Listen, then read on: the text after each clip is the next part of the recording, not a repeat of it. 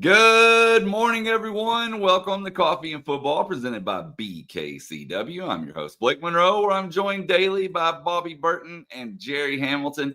Tell us where you're checking in from this morning, what you're drinking, get your questions in. We're going to get to those here in a little bit. We also have Coach Irwin joining us after a while, too, so be sure to stay tuned for that.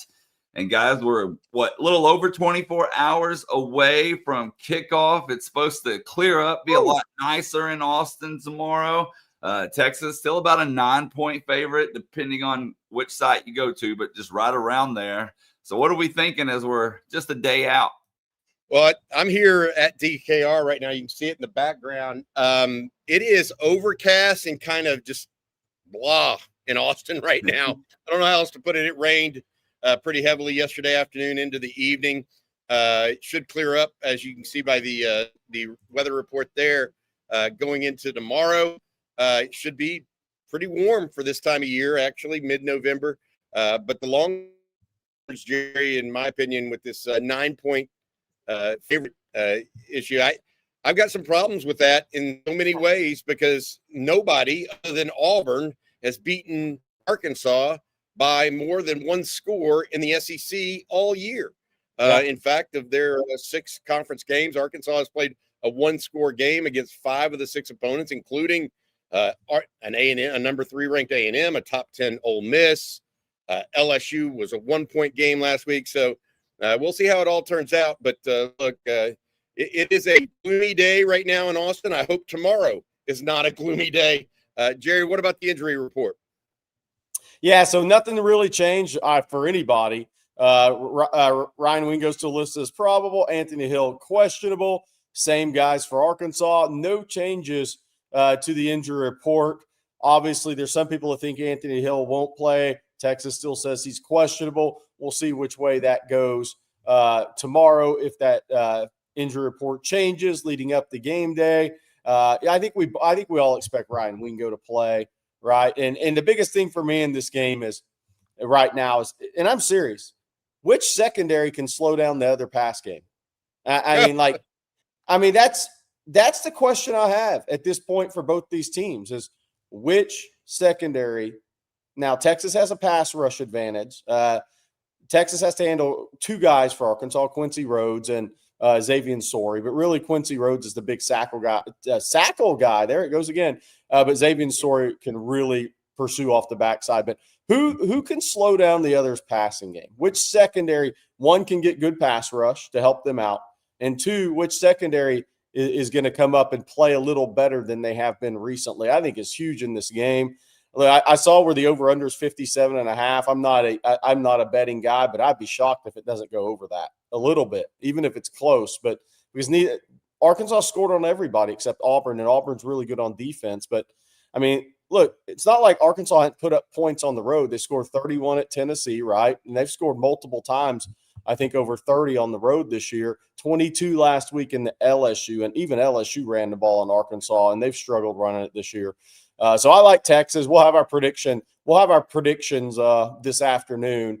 I like Texas to win the game. But I the one thing I'm really watching is which secondary is going to show up a little bit today, because that's the question, the biggest question for both of these teams right now. Which secondary is going to show up? I mean, I wrote my article this morning on ontexasfootball.com. Blake and Jerry and folks out there had to do with the idea that we don't know. But people have been asking which Texas team is going to show up, or we don't know this Texas team. They keep saying that, and I agree with them to a certain level. First of all, at the start of the season, the offense was stuck in neutral or even reverse. Times it felt like, right? And yet, last several games, they feel like they're getting their footing finally. Maybe it's the change of the offensive line. Maybe it's the maturation of Manning. Maybe it's getting Trey Wisner back full time. But they at least feel like they have some ability on offense to move the ball. Even against Georgia, they moved the ball. They didn't score a lot of points. Meanwhile, the defense that started the year so strongly, and Blake, you had a stat this morning that I used in that article. The first 5 games, Texas gave up just 260 yards of offense to its opponents. a game. Fast forward in the last 5 games, it's 375. Yeah. So it's a 115-yard difference over the last 5 games per game. And that's why people don't know which Texas team is going to show up. They have an improving offense and a defense that seems to be getting poked at, right?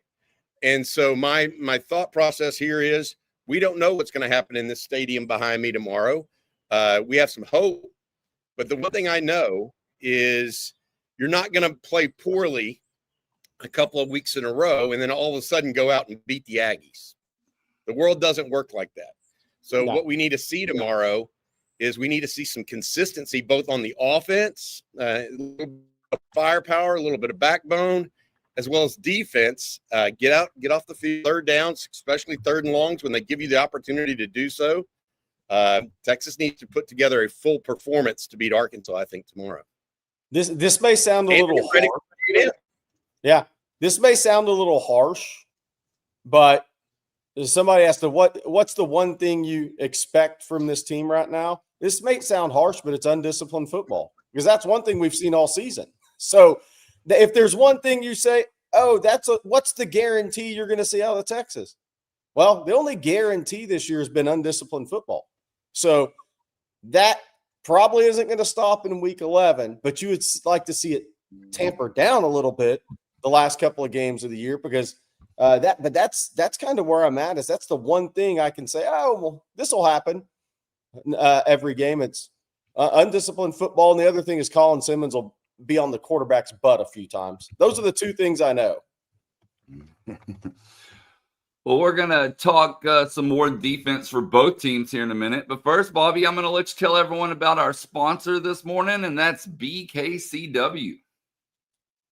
Yeah, today's show being brought to you by our folks and friends at BKCW Business Insurance. If your business had a frustrating insurance or employee benefits renewal, most likely you were stuck in the insurance trap. BKCW takes you out of the insurance trap by providing you with actual risk management consulting for your business, not just price quoting. BKCW uses a 5-step process to identify your business's weak spots, design a plan, execute it, and then monitor your situation throughout the year. BKCW is operated and headquartered in Austin and owned by a UT grad. They have already helped some of the most well-known construction companies, restaurant groups, breweries, and nonprofits in Central Texas escape the insurance trap. Go to bkcw.com or send an email, info@bkcw.com to get started. Thanks for the folks at BKCW Insurance. I know it's getting ready to be the new year. Business insurance usually starts over in the first part of the year. Make sure you get at least a second opinion from BKCW Insurance, 512-250-5055. Okay, well, we got a super chat I wanted to read real quick just because it's a comment. Francisco Rodriguez says, how about them Houston Texans? Of course, the Texans won last night 23-19 over the Bills. So if you're a Texans fan, you're happy this morning. Responded to adversity early this season. I'm not saying I watch any of their games, but, you know.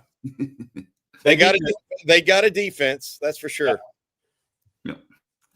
All right, well, moving on here, let's actually talk a little recruiting, Jerry. Yeah. We'll get into that. I'll bring up the visitors list. I know there's been some changes throughout the week, so take it away. Yeah, so this is a visitors list, official visitors list, and we're talking about 26s. There will be some 27s that pop in, obviously, this game. A lot depends on high school football playoff schedules and if you win or lose tonight. But Bryson Martinez, for those wondering why I keep pronouncing it that way, anything Bobby or I have seen on TV reports down in the Baton Rouge area, in that area about Bryson, they are all pronouncing it Martinez. The 6'6", 307-pound offensive tackle, LSU commit from East Ascension, scheduled to be in. Very, very talented kid, a lot of upside. Richard Anderson, who I believe is a 5-star defensive tackle prospect out of Edna Carr, another LSU commitment, will be flying in Saturday morning. Playoff games tonight for those guys. Georgetown, Caden Scher, Jet Walker, playoff game tonight, expected in either late tonight or early tomorrow morning. Josiah Villamel will be in today. They got beat out of the playoffs in the first round by Pearland, really good Pearland team last week. Charlie Gillette coming in for his official visit, committed not on the spot, committed on the phone when he was offered and decommitted from Minnesota. He'll be in for his OV. Unofficial visits, Richard Wesley. I put that out. That's a big one. I think that kid's a 5-star prospect. I don't care where anybody else has him ranked. And Hayward Howard Jr., obviously, making that trip with Richard Anderson, the Texas commit, the corner safety out of Edna Carr. There'll be a number of 2027s on campus. We'll see how many of those guys follow through. Everybody that, is probably won't. There's been some questions asked on DM. I got some DMs on Aiden Hall, the safety LSU commitment from Edna Carr. And there may have been reports he was visiting. That is not the case. He is not coming in this weekend. And Torrey Davis, obviously his playoff game got changed to Saturday, where it was expected to be Friday when he set up that OV. That playoff game is Saturday, so he cannot make it in. We'll see if anybody else pops up. Zealy, the 5-star edge, committed to Maryland. We've had that as a maybe. We'll doubtful, but we'll see. We'll see if he shows up. Carter Jones, 2027 offensive tackle out of Virginia. I have not mentioned him before. Carter Jones is expected in. He is out of Pockwauson in Virginia. Guy that has a bunch of offers. A 4-star rated guy, about top 250, top 265 in that junior class. He was at Tennessee last weekend, I believe that was. He's picked up a couple of 25 offers this season. LSU, in Stanford. He had Oklahoma late in the summer after a visit there. So he's one of the 27s expected in. Now you're battling James Franklin in Virginia for guys. So that'll be interesting. I will say that recruiting the state of Virginia got a little bit more difficult when James Franklin got to Virginia Tech, because he can recruit now. He makes people believe, maybe not in his offense in big games, but he makes them believe in his program. Oh, by the way, go ahead, Bobby. I was going to say, Tony Elliott at Virginia is having a pretty good year himself. Yeah. That could get more difficult in Virginia, but I've got to be frank. The players have been leaving Virginia since the dawn of time. Yep. The only time in history that they actually stayed was for about a 10-year period with Frank Beamer. Long time ago, I was told that all players in Virginia, this is 30 years ago, leave Virginia, typically, whether it was Penn State, Michigan, Ohio State, Virginia. It reminds me, one of my childhood favorite players ever was a guy named Kenny Easley. He was a Seahawk as well as played for the UCLA Bruins, big hitting safety. He's from Reston, Virginia. So they were leaving that state all back in time. Go ahead, Jerry. That was a big track. Well, no, and we've always talked about this on the show multiple times. YouTube and Huddle ruin recruiting in the state of Virginia for the Virginia Tech and Virginia coaches. They used to hide. Frank Beamer hid prospects for years, and nobody knew how good they were. And then they'd pop up and be playing for Virginia Tech. Multiple NFL guys. That's not possible in that state anymore. Big Ten schools, they chip away.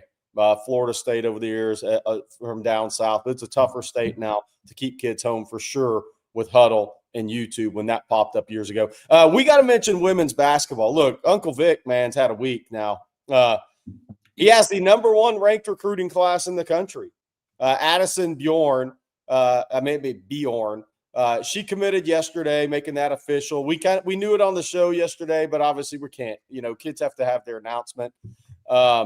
But 2 back-to-back 5 stars 2 days in a row. Number 1 ranked recruiting class in the country. The men, with Austin Gooseby signing, I think have the number 6 or 7 recruiting class in the country as well. But hat tip to Vic, his daughter, and everybody on the Texas women's basketball program, because those were 2 big wins on the recruiting trail.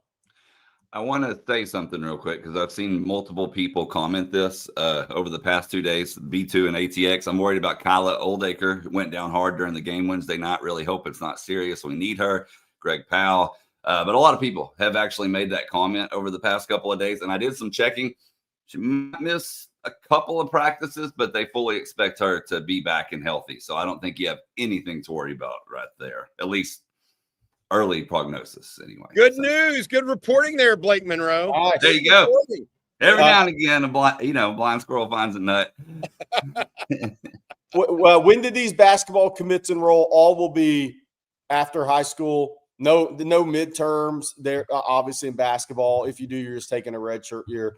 But all the men's and women's commits will be showing up in June or into May. Although Bo Ogden's in the facility working out all the time. I mean, let's be real. He has a game tonight, does he not, Jerry? He does. I'm gonna go watch Bo tonight at Austin Westlake. So you'll see if anybody's there, all you Westlake peeps, and you see an On Texas football hat, that is indeed Blake Monroe, not me. No, Blake Monroe will be watching South Lake Carroll tonight. That's where I'm heading. All right. Jeff Carey says we need to win the last 2 games with Arch playing well to set up NIL recruiting and a run into the playoffs next year. Yes. I will say that it will definitely help recruiting and run into the playoffs. It's not going to affect NIL, guys. The people that support Texas don't support Texas win or lose. All right, don't support Texas only when they win. So I think that's a misconception out there. Would the dollars flow freer? Not necessarily. I mean, not in a considerable way. So I do think that it would help and is important for recruiting. And I think it's just good for team morale headed into next year. Yeah. I mean, they need to finish strong. They don't need to go out there and lay an egg against Arkansas and or A&M or either or Arkansas or A&M. They need to go out there and finish strong as can be. Jeff says, sorry, I meant transfers. They do need help in transfers, but again, to Jerry's point on this, I think transfers are more about fit. They're more analytical and logical about their reasoning. Yeah. They're not so much swayed by who's hot or what's going on. They're trying to make sure they make the most money they can, but more importantly, find the fit that is right for them. And what I mean by that is, hey, do y'all need a tight end? Do you need a defensive tackle? Do you need an offensive guard? And then they make their decision, kind of bear it down for that, because they're trying to find a place to get on the field and show what they've got. Yeah. Well, earlier in the show, we talked about defense, fellas, and I'd like to kind of jump back into that. Let's take a look at Arkansas to begin with. They've been manscaped all season, man. I had to bring this out. I had to bring out the old manscape for Bobby Petronic when looking at Arkansas's defensive stats. Oof. So 5 teams they've only played 10. 5 teams have topped 450 plus yards on Arkansas. They're giving up 181 per game on the ground, and 3 opponents have thrown for 280 plus on them. So they've been struggling, to say the least, as you can see here on this graphic.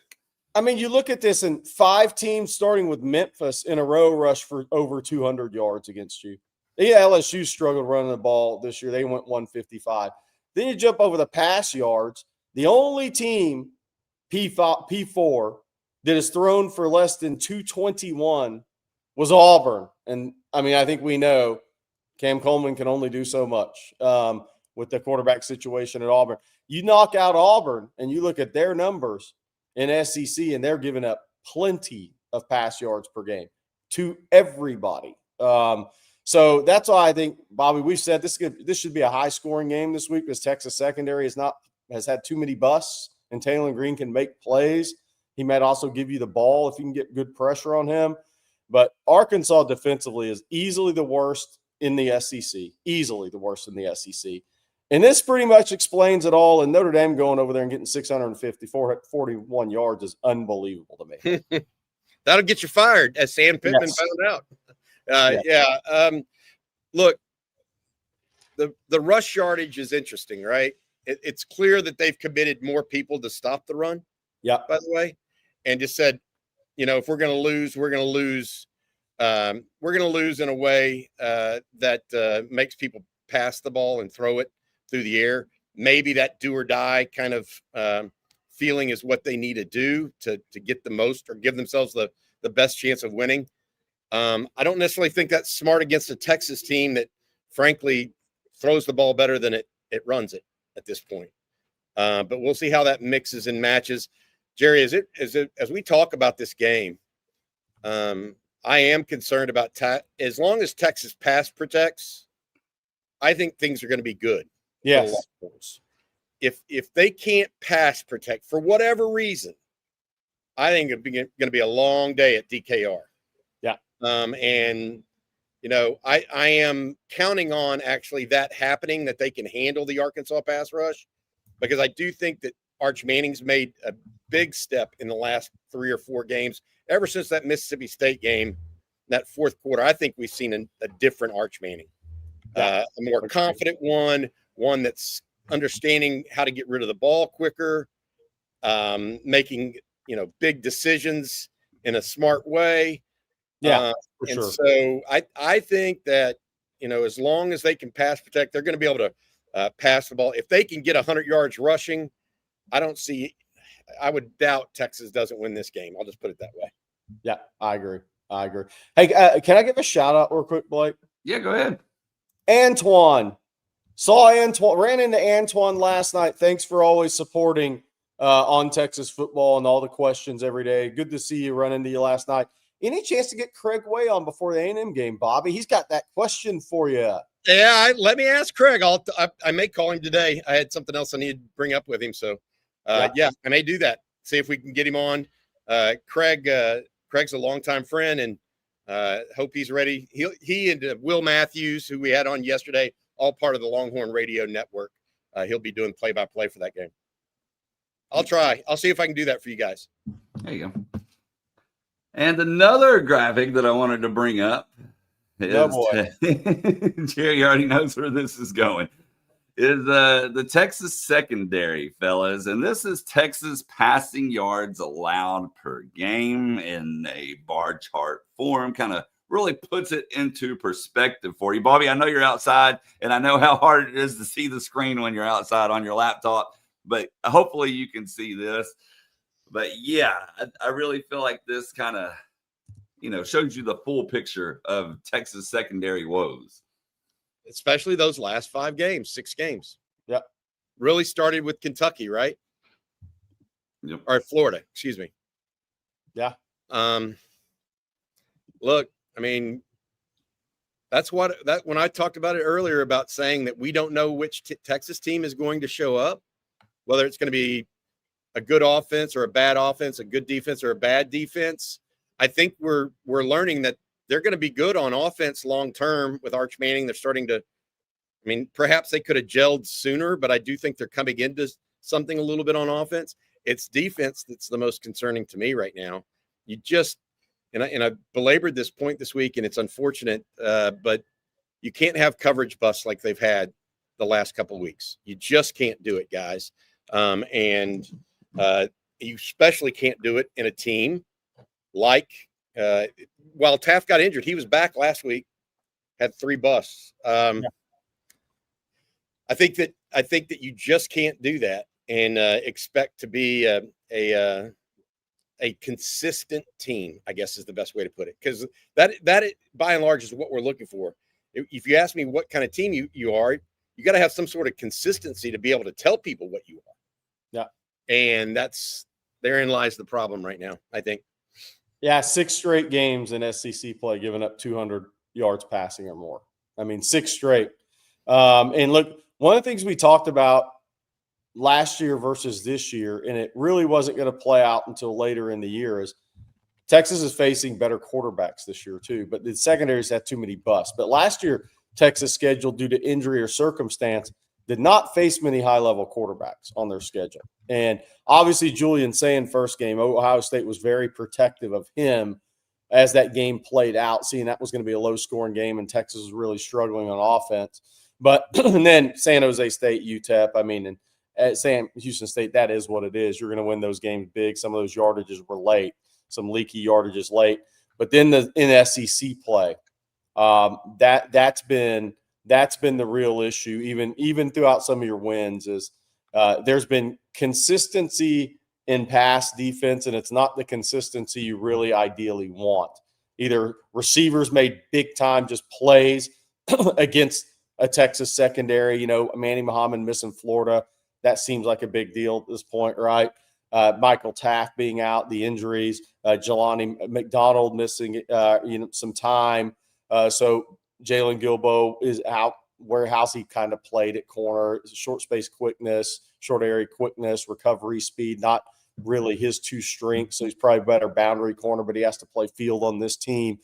So those parts have not really fit together. And that's a kind of an ugly chart, honestly, because 6 straight teams throwing for over 200 yards on you. Now you're really good against the run. And I do think Texas has been taking more chances with their pass rush, as they should be, with Anthony Hill and Colin Simmons getting after quarterbacks at the same time. But that's been the real struggle. Cade Phillips should be CB2. He's moving towards that direction, I think. But I think that's going to be more what we see in the spring and heading into next year. Okay. Well, again, we're going to have Brian Irwin joining us here in a moment. We also have more of your questions to get to. But I want to get to this one from Rocky P real quick, this super chat. He says, I'm feeling a statement game coming from Texas tomorrow. Sark seemed feisty all week and will send a message. The team will redeem itself from last week. 45-21 is Rocky P's prediction. But then he wants to know, Bobby, do you have a GQ shoot later today? Yeah, this is about as nice as you're ever going to make. You can't put lipstick on a pig when it comes to me and my attire, but this is my best effort today, so I appreciate that. Hey, here's the reality. Sark was feistier in his press conference, not just Wednesday when he talked to SEC media, but yesterday when he talked to local media. Again, guys, he is it's almost like it's starting to turn inward, if that makes sense. And I think that's a great thing for a coach. It's one thing to play things off, and it's another thing to get pissed off. Yeah. And I think he's entering that stage. I hope he channels it. I hope his team feeds off of that and channels it themselves. That's what I was talking about yesterday when I said circle the wagons, get everybody on the bus, and don't listen to any noise outside. As much as anything, that's what this team needs right now. And hopefully they're moving in that direction, because they win these next 2 games. And I know they're not supposed to get in the college football playoffs, but college football is crazy right now. I'll take that. If you win the next 2, I'll take those chances of getting in the playoffs. But you got to win the next 2. Yeah. I mean, we'll get to this SEC schedule, but there's a few games this week. But really next week is when it's the rivalry week games. It's going to be interesting. I mean, there's a scenario out there for Texas if they win their last 2 games, because you will beat 11-0 Texas A&M. And we talked about this a few weeks ago. But coming off the Georgia game, I think the consensus of this isn't the playoff team, but somebody's got to be in that 12th spot. And it'll be interesting to see how it all plays out. There's about 10 different scenarios right now that would have to play out if Texas wins the next 2 games. Yeah, the Arkansas bus behind you, Bobby. People were saying it was photobombing you. It was there for a moment. Hey, right when I said lipstick on a pig, by the way. All right. Well, Bobby, why don't you tell us about one of our sponsors today? That's Warby Parker. Yeah, absolutely. If you're like me, when it comes to eyewear, you need a high-quality, easy solution that's also affordable. That's why I use Warby Parker. Easy, affordable, and the selection just can't be beat. Glasses start at $95 and include prescription lenses with anti-reflective, scratch-resistant coatings. If you need progressive lenses like myself, they have those as well. Add a pair of glasses and save 15% when you purchase 2 or more prescription pairs of glasses and or sunglasses. Free shipping and free 30-day returns. I got my pair from Warby Parker literally after I put in my prescription and chose the frames I wanted in 2 weeks. Warby Parker has more than 300 locations to help you find your next pair of glasses. You can also head over to warbyparker.com/ontexas right now to try on any pair virtually. It's a really cool feature. That's warbyparker.com/ontexas. warbyparker.com/ontexas. Love my new pair of specs. I'm wearing them today, actually. And I'm going to tell you all about Prize Picks this morning because we make decisions daily, but on Prize Picks, being right can get you paid. And it's simple. You just pick more or less on 2 to 6 player stat projections. If you get your picks right, you can cash in and win up to 2,000 times your money. It's the best way to get in on the sports action in more than 40 states, including California, Florida, Georgia, and right here in Texas. And this week, I have Trey Wisner scoring at least 1 touchdown. Texas kicker Mason Shipley having more than 3.5 PATs made. And Taylon Green to have at least 1 passing touchdown. And finally, TCU running back Jeremy Payne to have more than 29.5 rushing yards. So come join me on those picks or make your own in less than 60 seconds. Turn your sports opinions into real money. Download the Prize Picks app today. Use code ONTexas to get $50 in lineups after you play your first $5 lineup. That's code ONTexas to get $50 in lineups after you play your first $5 lineup. And that's Prize Picks. It's good to be right. Okay, let's see here. We got more questions. It looks like we have a super chat from S. Flynn, but S. Flynn, I do not see anything attached to it. So if you'll send that normal, we will circle back around to it and get you taken care of. Let's see. And then we're also waiting on our guest this morning. But Sarah McCoy wants to know, Jerry, Bobby, the Horns knocked off Ohio State in that first game. How would the season have been different? Please speculate. I think they would have been number 1 leading into game 4 against Florida. Yeah. And then all bets are off after they laid an egg. Perhaps would have given them a little more confidence earlier, but I think it would have been false bravado, right? I mean, they proved to not be a very good football team at times this year, and that's okay. I mean, like everybody wants perfection, and I understand it, but they weren't going to be able to fake it all the way through the football year. Correct? I mean, that offensive line was, horrific against Florida, basically, and they weren't going to be able to fake that the whole year, even with a win against an Ohio State team. So my take on that's, maybe they're still in the college football playoffs right now for sure, I think, right? And then they're playing A&M at that point probably for a chance to go win or lose, but I don't think it really changes much. This team wasn't going to, what's the right word? They weren't going to fake their way to anything this year. Arch was having problems early. The offensive line was really bad. And now the defense has shown some signs of weakness. They just got to they got to get out of their own heads at some level and put it all back out on the field and go win some football games to close it out here. I think they did that in the middle of this season, by the way, until this loss to Georgia.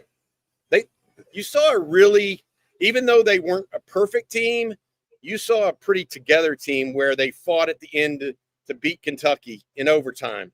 They beat Mississippi State in overtime. They come back, beat Vanderbilt pretty handily for 3 quarters. They beat Oklahoma in Dallas. You add all those things together. This team has it in them to be better than what they showed against Georgia. Just want to see it. Yeah. We need to see it tomorrow. I look, even at maybe not the pro level to a certain extent with some guys, but confidence is so very important in all this. And I think Texas was a little shaken after the Ohio State game. Not badly, but a little bit, and it carried over, right? Anytime there's a little lack of confidence or loss of confidence. Then I think the Florida game, look, that one's still one that's just hard to describe for me because, to Sarah, your question, if Texas had beaten Ohio State, obviously their confidence would have been riding high. I think have been a different feel for these guys. But that Florida game was the one for me that I've just never really been able to get out of my mind, that you just didn't look like you really were going to match intensity of the game on the road against Florida after you already had a loss. And so maybe if you beat Ohio State, I don't know if you go in more confident, and that might have been bad against Florida.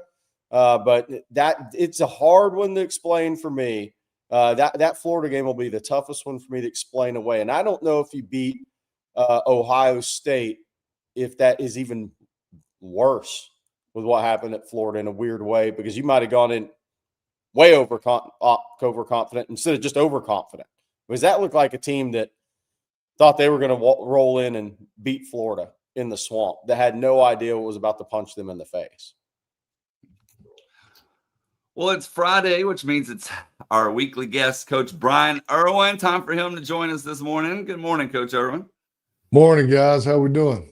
Always one of my favorite guests. He pumps me up for the weekend. You got a battle cry for this weekend for the Longhorns, Brian, that you're trying to beat down? It's Texas high school football playoff season too. I know that's been your time a year in the past, but literally, what are you thinking going into this game against Arkansas tomorrow? Just get back on track. And, first thing is just so much history and tradition with this game. I mean, I think about as a kid going to football games, seeing Texas play. You think of Texas A&M, but secondly, I think of Arkansas. One of the greatest games I remember as a young kid was being in DKR Memorial Stadium and watching Texas play Arkansas. And I remember Lawrence Sampleton. I loved him. He was a big old tight end and just had a field day that day. And but Texas versus Arkansas just reminds me of my childhood and the good old Southwest Conference. And we just got to get back on track and we got to be physical. We got to play tough, confident, like Jerry was talking about. The confidence is a huge thing. But we got to get back to playing our style of football, dominant defense, try to establish the run, be explosive in the passing game. And I think we can take advantage of some things in the passing game. Coach, going into this game, because Arkansas is really good on offense, and Bobby Petrino is a play-calling witch of sorts, and he can really get after your weakness. What have you seen the biggest issue with the Texas secondary in recent games? I don't know if it's recognition of formations and motions and matching that up with the coverage that we're playing, whether it's man or zone, but just, too much cushion. The windows are too big. I could throw into some of these windows that these quarterbacks are throwing into. Gunnar Stockton, the windows he was throwing into were not difficult. And so we've got to tighten these things down and it's got to be bang, bang. I mean, they're going to make their plays. They're going to make catches, but it needs to be bang, bang. And if they throw and catch it, then bang, we tackle them right there. Not catch it and then get yards after the catch. Preventing the yaks, the yards after the catch is the biggest thing in defending the pass. It's not the problem with allowing them to catch a football. That's no problem. They can catch a football. It's just about not getting yards after the catch. So we've got to tighten up those windows. And linebackers can help that as well. But it's formation recognition, it's motion recognition and adjusting to that. I hear a lot of people, and I don't really quite understand it, but I hear a lot of hubbub about the front and what PK's doing up front and the secondary guys in the back end and the coaches not matching not matching coverage with the front. I don't get that. That's not the problem. Because the secondary coaches don't call whatever they want to call it. Everything's matched up. Everything's married up with the front. The defensive coordinator calls the coverage. He calls the front. He calls the coverage. Everything is married together. There's no separate thing going on where PK's calling something up front and the secondary guys are calling something in the back end.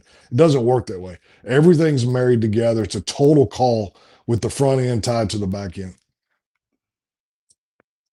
Hey, Brian, a question for you as it relates to Arkansas specifically in this game. Taylon Green presents a problem. He's a dual threat quarterback.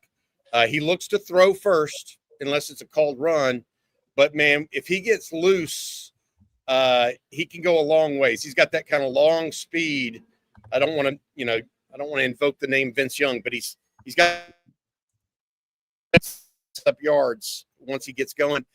Does that mean you try to play more zone against him so that you see what's in front of you? Or what does the Texas defense look at and try to do in that regard? Yeah, I think so. We've had this conversation a few times regarding quarterbacks like this.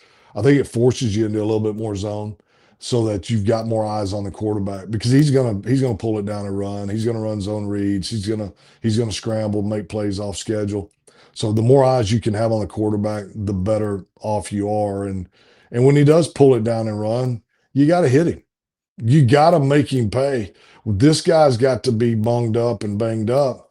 And the more eyes we have on the quarterback, the more guys we've got, chasing him right away and can put a lick on him. But we've got to hit this guy. He's good. He's the real deal. I've been watching him all season long, and he's something else. So we've got to be physical. We've got to hit him early. We got to hit him often, and when they do take the risk of running him in the run game, we've got to pound on him.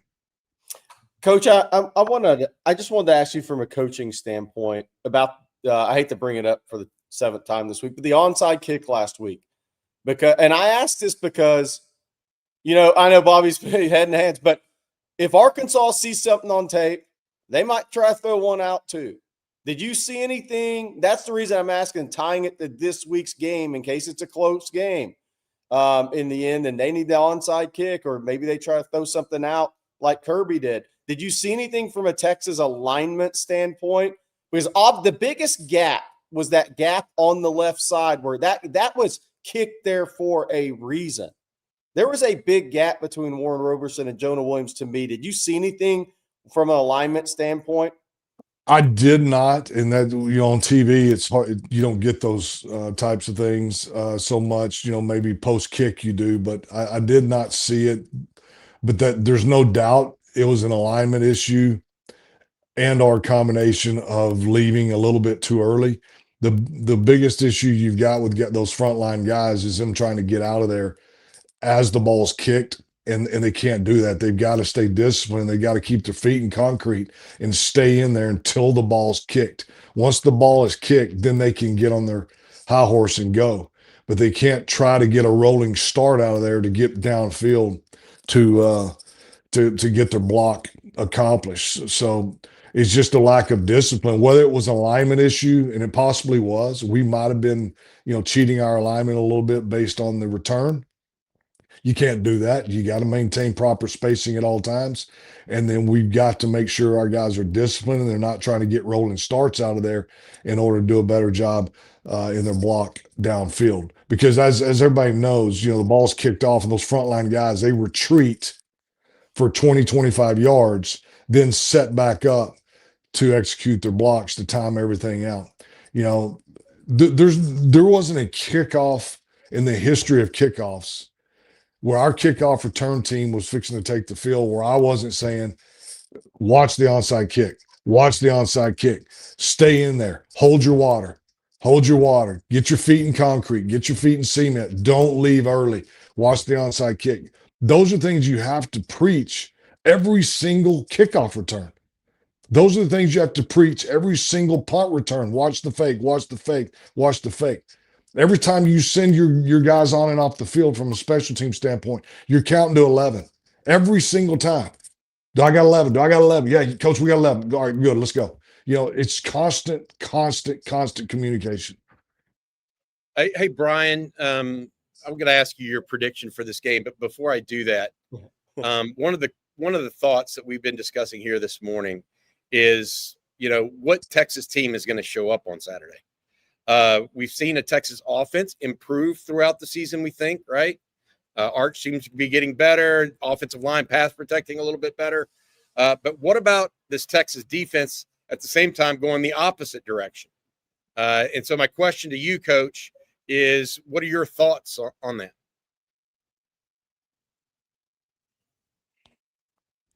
Did you hear that, Coach? I lost the last part of it. I'm sorry. What do you think about this Texas team and the offense improving seemingly, but the defense going into a late season lull? So what do you expect from this team tomorrow? I think we're all a little bit unnerved right now as to what to expect, to be just completely honest. I'm one of two sides. I'm either expecting greatness like a tremendous spark and a tremendous fight out of our guys in lieu of the Georgia game and some things that were said after the Georgia game. And in lieu of Sark coming out and saying, I'm a Texas Longhorn, this is where I want to be. I'm here to win championships. I think that helps. So we're either going to see greatness and a big leap out of our team, or we're going to see a letdown. And I don't think it's going to be somewhere in between. I think it's going to be either greatness or a letdown. And I have no idea. Hey, Coach, I got a weird question for you. Maybe it's not weird. I'm not saying you ever did. Maybe it's a team you scouted. Maybe a team you played. Have you ever seen a team that was undisciplined in general? Not just penalties, right? But just dropping balls, just situational undiscipline too within a game. Have you ever seen a team that was undisciplined for 80% of the season, then flip the switch at the end? Can you ever recall that? I can't. I was just, but look, you have multiple state championships. You scout a lot of football. You coach against a lot of teams. I mean, because that's the most glaring thing for this team to me. Yeah. No, the answer is no. We if I had one of those teams, or if I knew of one of those teams that were penalty struck, they tended to stay that way. If I had a team that struggled to run the ball, we we tended to stay that way. We improved, but it was just always there. And then in defensively, if we struggled to stop the run, then we struggle to stop the run, or if we struggle to stop the glaring bad weakness is hard to eradicate this late in the season. Maybe week 2, week 3, but no, it's I haven't seen it. And it's the pre-snap stuff with me that's the problem. It's the stuff that happens during the whistle. It's going to happen, but the pre-snap stuff is just not acceptable. And we've got to clean that up. Offsides, penalties. I watched the Texans last night, and how well they play defense and how much they get after your butt. And I'm like watching these guys on the defensive line and how cued into that football they are. And I don't even think they have to tell each other, hey, don't jump, watch the ball, watch the ball. I think they're so ingrained to that during the week, and they trust each other so much that they're not going to do it, that they're watching that football and they're going to get off on the football. But jumping off sides on defense, it can't happen, especially by defensive end. And in these shotgun formations where it's really hard to give a hard count. And then the pre-snap motion penalties and procedure penalties and alignment penalties and things like that. So long story short, Jerry, no, I don't. Yeah. All right.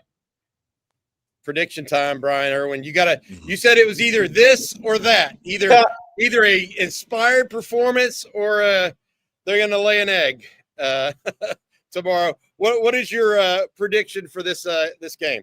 Well, I'm always going to err on the side of positivity at the end of the day. I really am. I mean, these are my guys. This is my team. This is my coach.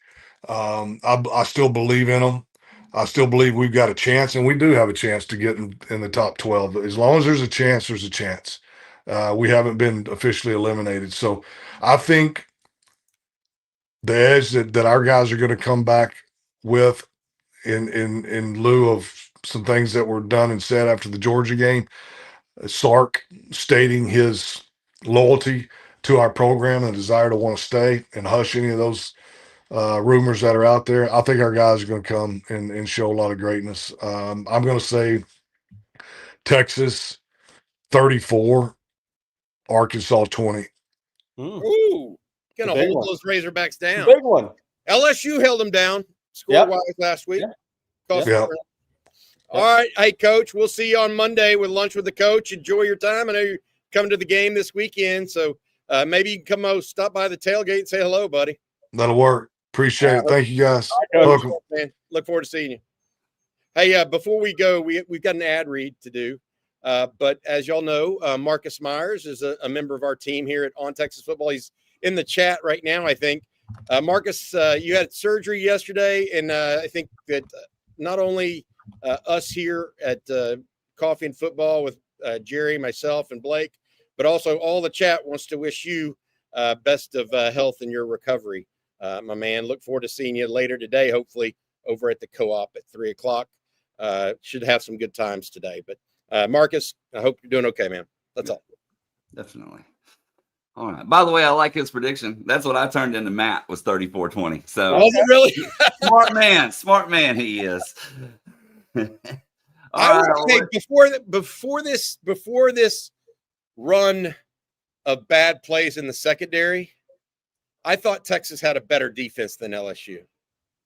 Now I'm not so sure. LSU's got some secondary guys that are good, really good players. I mean, that's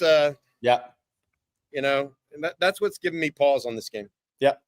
I mean, Mansour Delane is a first, second round guy at corner for LSU.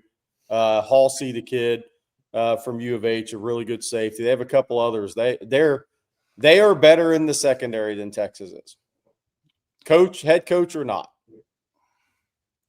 Marcus, by the way, put in the chat, Bobby, that he is good, and it was a quick and easy one. So, Marcus, I just got to tell you, all of us have had to get Kirby's shoe out of our, this week. We all had a little surgery.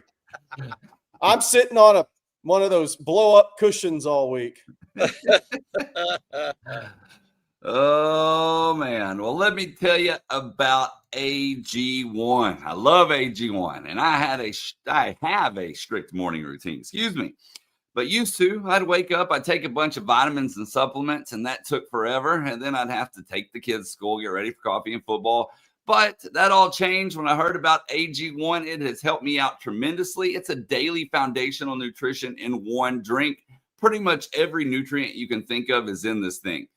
With 5 probiotic strains and 75 plus vitamins and minerals, AG1 Next Gen replaces the need for a multivitamin, probiotics, and much more. My son Colt uses it as well. We can both tell you that we have more energy. We have better digestive support. Now listen, a great wellness routine all starts with your gut, and AG1 is the way to go. It's not just another supplement. It's a daily micro habit that supports whole body health in one scoop. So head to drinkag1.com/ontexas to get a free welcome kit, including a bottle of vitamin D and free AG1 travel packs when you first subscribe. That's drinkag1.com/ontexas. Got the travel packs right here with me. All right, Jerry, tell us about Harry's. Jerry can tell you about Harry. That's for sure. Did your old razor dull too fast and irritate your neck? That's pretty bad. That is not a good feeling. That they cost way too much. And by the way, I will not give myself irritation on the neck just for this read. I will say that. I thought about it, but that's too much. Did they cost way too much? $30 for 8 refills? That's a total scam. You know it. I know it. With Harry's Plus, this is not a scam. This is a great, great product. Harry owns their own world-class blade factory in Germany. No outsourcing, no middleman. The same facility that's been perfecting blade making for over 100 years because they control the entire process from steel to shelf.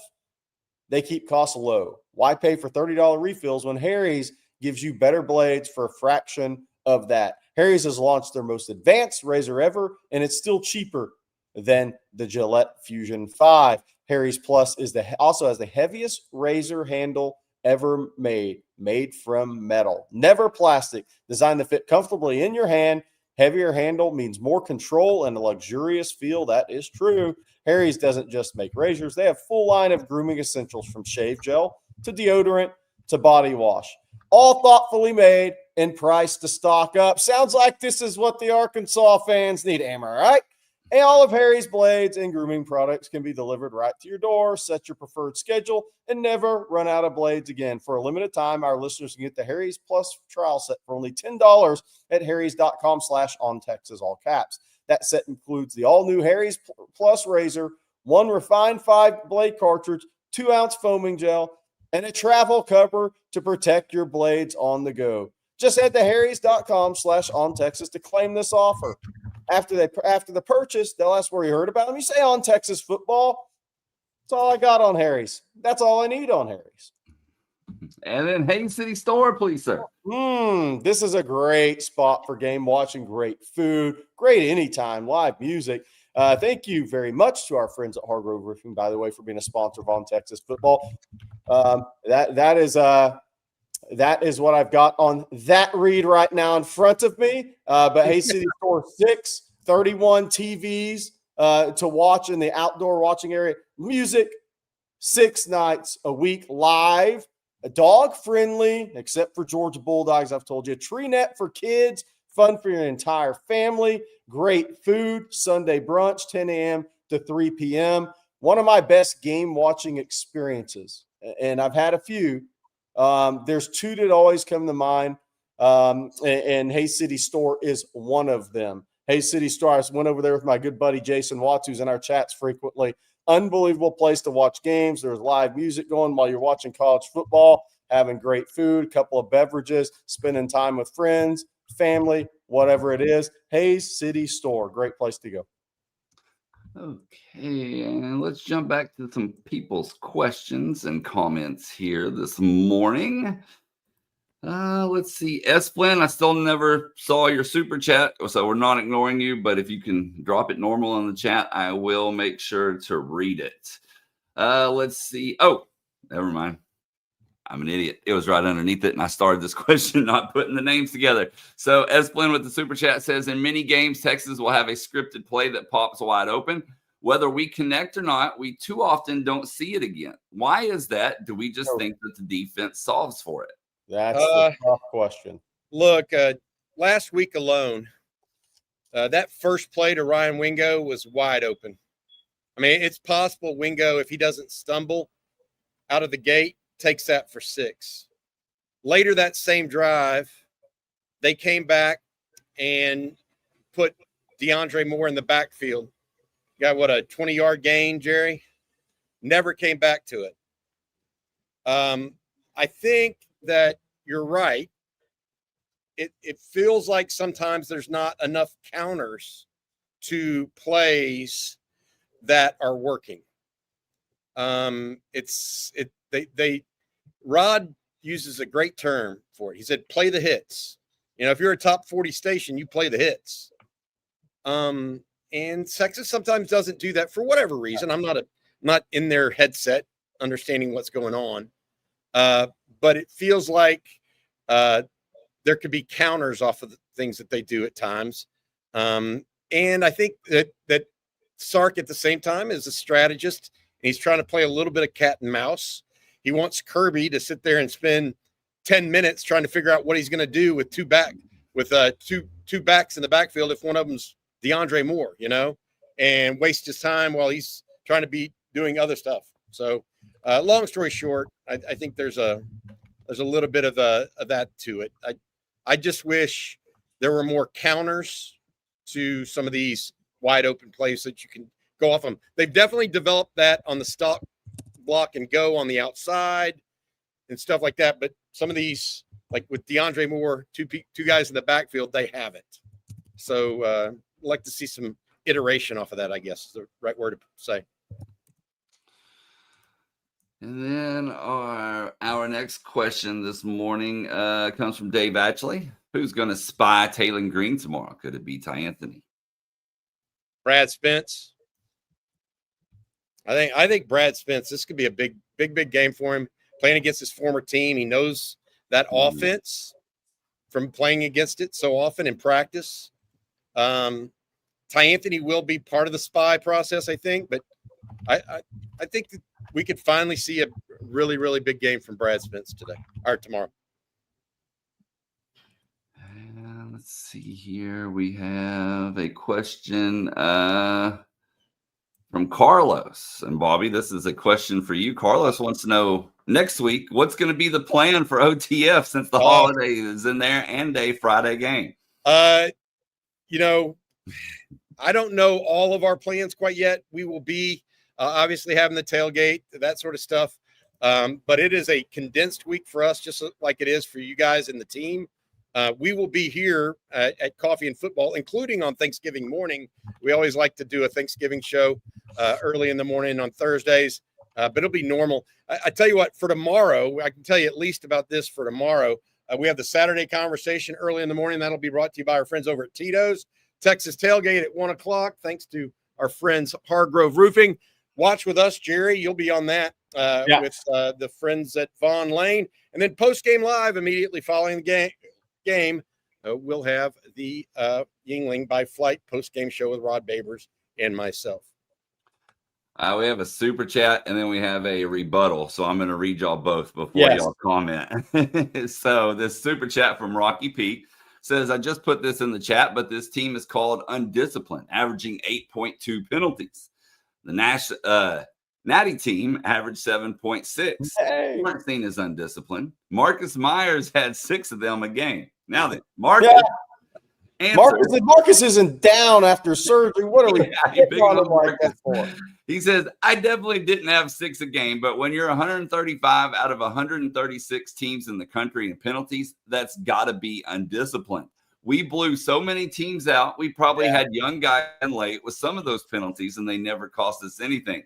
This team has penalties in big spots. Yes. Imagine one of Vince Young's touchdown runs in the Natty coming back because of a holding call. Yes. So I've got some stats for people on this. Let's hear it. Penalties per game in college football this year. Indiana is 6th in the country, 3.6 per game. They were 5 last year. They have gotten better. Ohio State's national championship team, 4.5 penalties per game. They have gotten better this year, 4.3. Georgia, playoff team last year, 5.5 penalties per game. This year, 4.8. Oregon, 5.1 last year. This year, 4.9. Alabama last year, 7.4 per game, down to 4.9 this year. Do I need to keep going? Because, I can keep going. And because of those questions, I looked at that. Now I'm really pissed off. I got to be honest, because I see teams improving. I see teams improving from a year ago. How many of those teams lost 12 players in the NFL draft? Ohio State.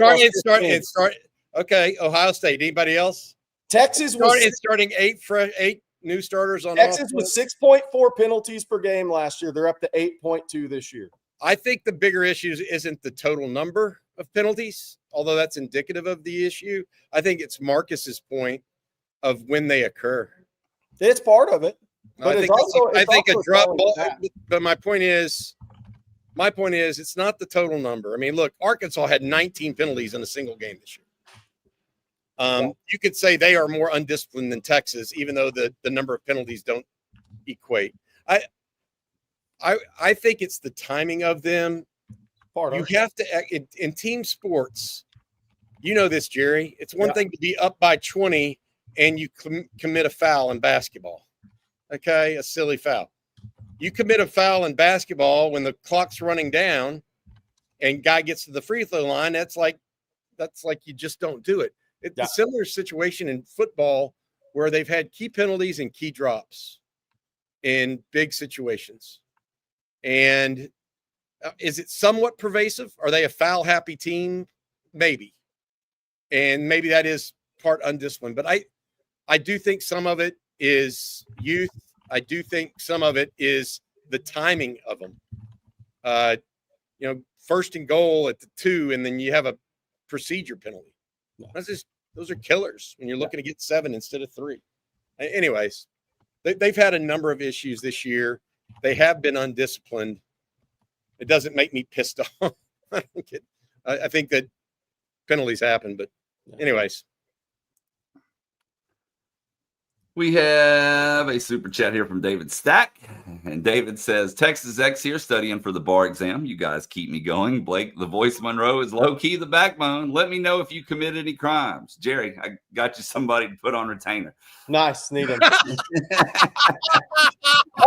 No. Send David Stack. Joe Zura is your guy. Joe Z has committed 1 million crimes on TexasFootball.com. he needs you. And that's just the ones we know about. Yeah. All right. Let's see.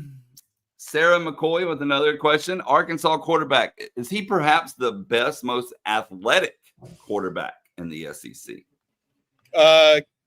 Could be the best. Is he the most athletic? I think Lenora Sellers is more athletic. Yeah, I agree. But he may be the best combination of athleticism and passing ability. Yeah. I think that's a fair possibility. Yeah. But anybody else other than Sellers that you would even Tristan Chambliss, a Tristan healthy Chambliss. Wagley, maybe? I mean, Tristan Chambliss. oh, okay. He'd be Trinidad the other- Chambliss? Yeah. Yeah, Trinidad Chambliss. He'd be the other guy for me. Okay. I will say this: if Lenora Sellers had Bobby Petrino, he'd be scary. Yes, I agree. Hey, is Mike? Thinking of that, is Shane Beamer going to keep his job? Marcel's pretty athletic.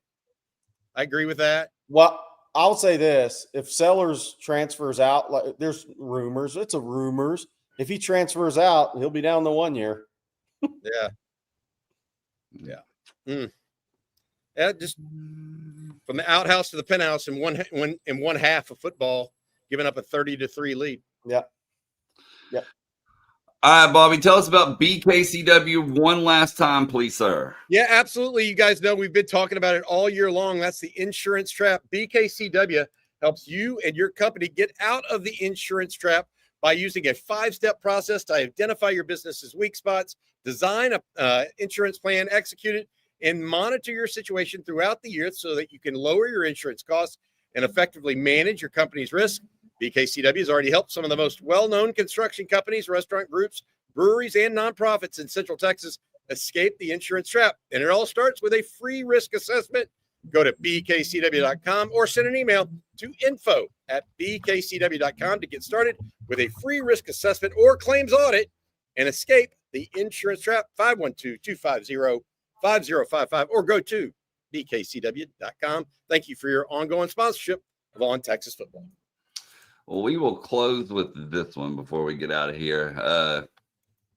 An opinion one. Ohio Longhorn 3 says, first time going to Texas next year. Should I go to the Red River or a home game? I say Red River. I say Red River. If it's only so, if you plan to go to multiple, I would go to Red River first too. Yeah, because it is a spectacle. That not to say Texas football games aren't a spectacle at home, because they certainly are. And hats off to the athletic department and what they've done around them. But I've been to many a sporting event in my life, and there's nothing like Texas OU in my opinion. So there's that. Yeah. And if you're from Ohio, I've been to Ohio State, Michigan game. There's nothing like Texas OU at a neutral site. Nothing. Everyone so far is saying Red River. So there you go, Ohio Longhorn. Hope that helps you out a little bit.